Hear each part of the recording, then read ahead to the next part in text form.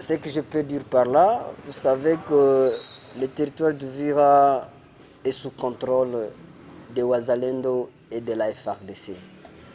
Et dans tous ces endroits du territoire d'Uvira, ce sont les Ouazalendo qui occupent et la FARDC. Et si récemment vous avez vu la présence du gouverneur de province qui est venu de Kinshasa, a été accueilli à la frontière par des Ouazalendo et avec la FARDC et tout le groupe sécuritaire de la province Sud Kivu.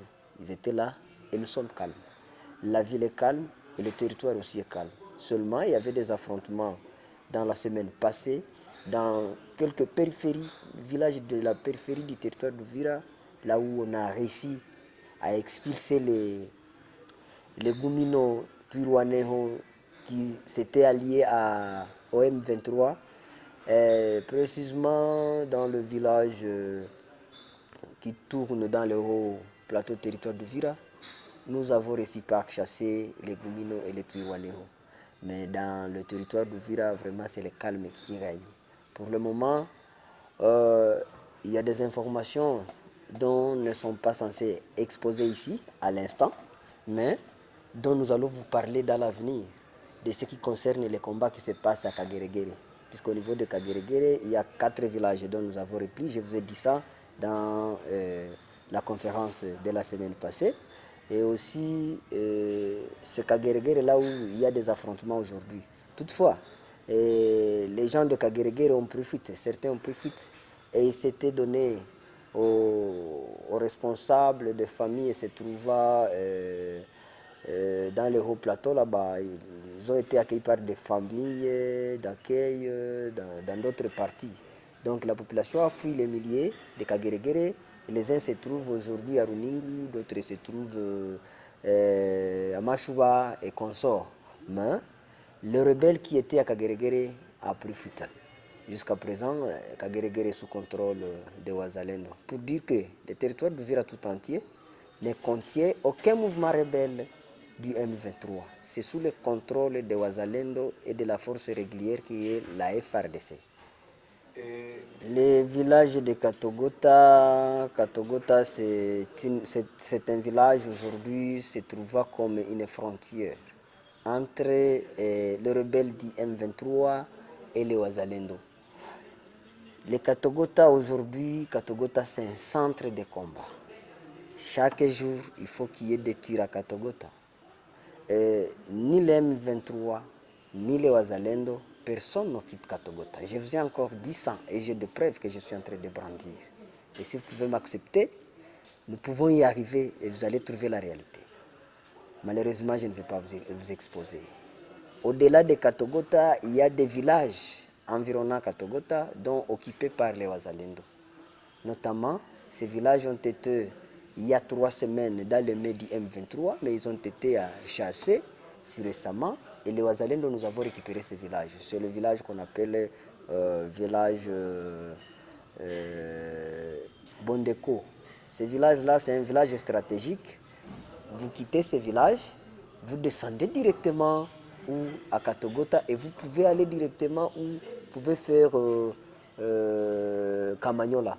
Donc c'est un village stratégique qui est entre le centre entre Nyangezi, Kamanyola et Katogota. Cette partie est occupée par les Ouazalendo. Les Ouazalendo occupent même dans la cité de Kamanyola, une grande partie de la cité de Kamanyola. Quand vous voyez la montagne Kayange, au-dessus de Kayange, et toute cette partie, c'est une partie contrôlée par les Ouazalendo.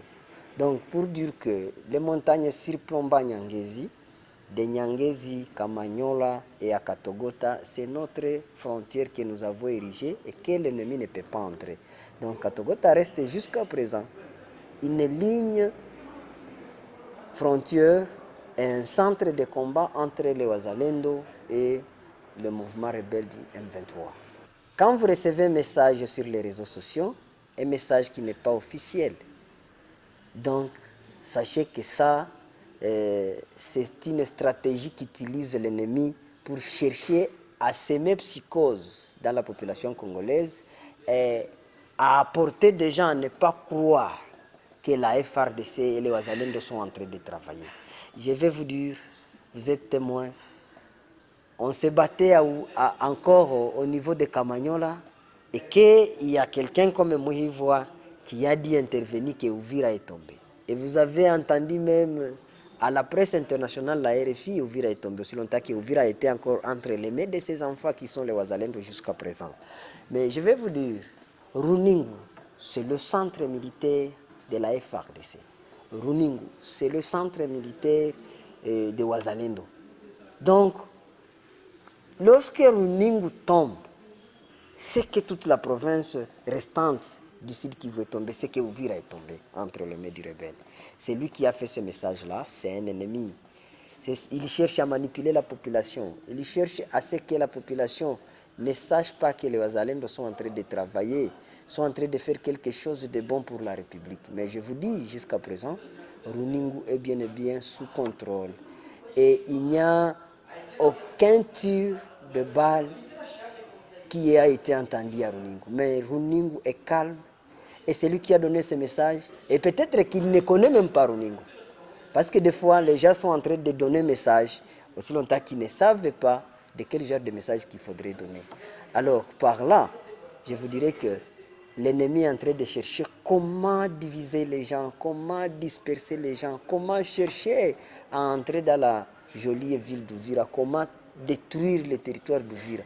Mais il croit que non, qu'à partir du chantage qu'il est en train de faire au niveau des réseaux sociaux, comme il est venu du Nord Kivu jusqu'à atteindre la ville de Bukavu, que c'est de la même manière qu'il va atteindre Ouvira.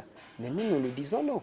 Et nous disons à tout le monde. Il a même utilisé les gens, comme quoi dire les Ouazalendo. Vous avez entendu même des gens dire que les Ouazalendo, ils ne se comprennent pas, voilà, il y a des coordinations différentes. Non. Nous, moi, aujourd'hui qui vous parle, je suis un fruit de la troisième coordination de Ouazalendo. La première coordination a été dirigée par Lugi. Lugi qui a été remplacé par Mutula Samadari. Et Samadari qui est remplacé par Doudou Mirifou aujourd'hui.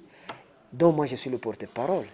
Et dans la coordination militaire, la première coordination militaire était à la représentation de M. Kachumba, le général Kachumba, qui a été remplacé par le général William Yakutumba. Et William Yakutumba aujourd'hui remplacé par le commandant, le général Kamaman Bigirwa. Donc nous sommes le fruit de cette troisième coordination. Mais l'ennemi veut utiliser ça, il prend ça comme un problème. Dans toutes les armées du monde, il y a toujours eu imitation, il y a toujours eu remplacement des officiers. Quand on trouve que quelqu'un a défailli à cet endroit, on emporte un autre qui est fort.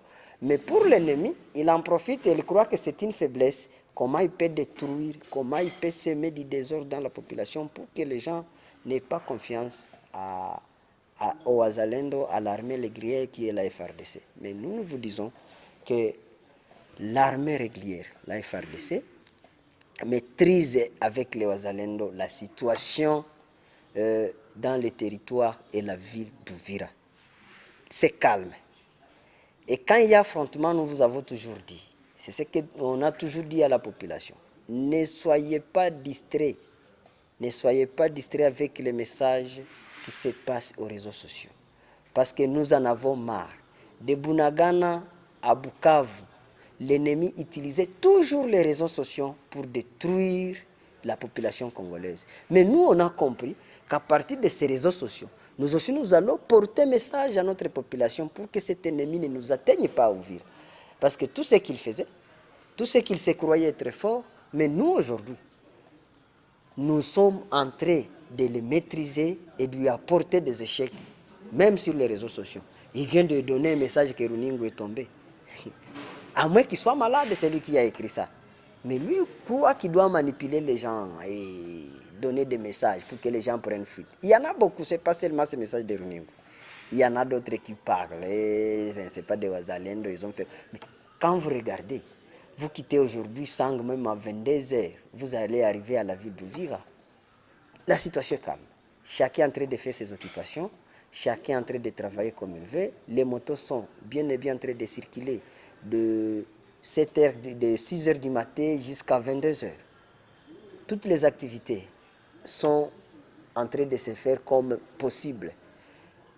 commençant par Luvungi, Luberizi, Sange, Kiliba, arrivez à Uvira. Vous allez vous retrouver, vous êtes vraiment dans une sécurité bien garantie.